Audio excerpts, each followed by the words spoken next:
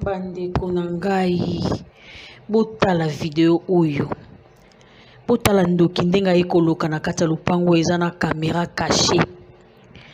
Oh Seigneur, mokili eza ya kobeba yo oyo ozwaka bana bokoti bobandi kolala kaka pongo sans prier.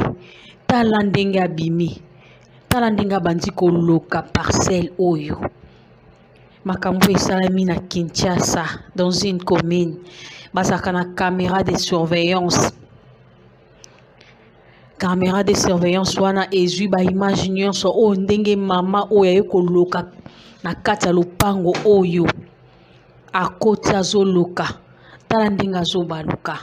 Tozalaka na vie de prière to sanctifiaka ba lupango na biso avant tolala kaka nde tomonaka na ba film regarder.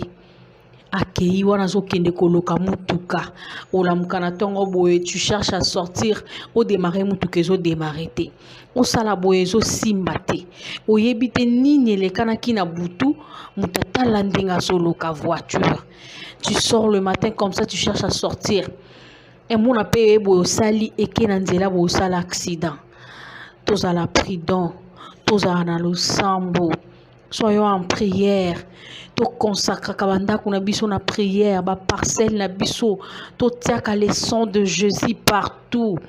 Dans la ndinga azoloka mutuka, azoloka voiture, une dame na lupango abatu.